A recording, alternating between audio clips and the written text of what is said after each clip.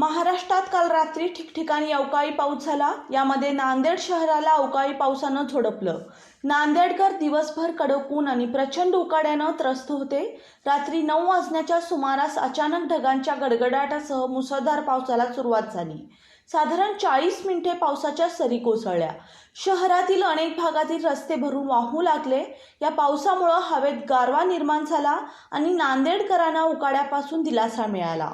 दरम्यान हवामान खात्यानं अवकाळी पाऊस होईल याची शक्यता वर्तवली होती।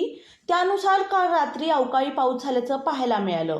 असेच पावसाविषयक अपडेट सर्वात आधी मिळवण्यासाठी आमच्या हॅलो बळीराजा चॅनलला सबस्क्राईब करा।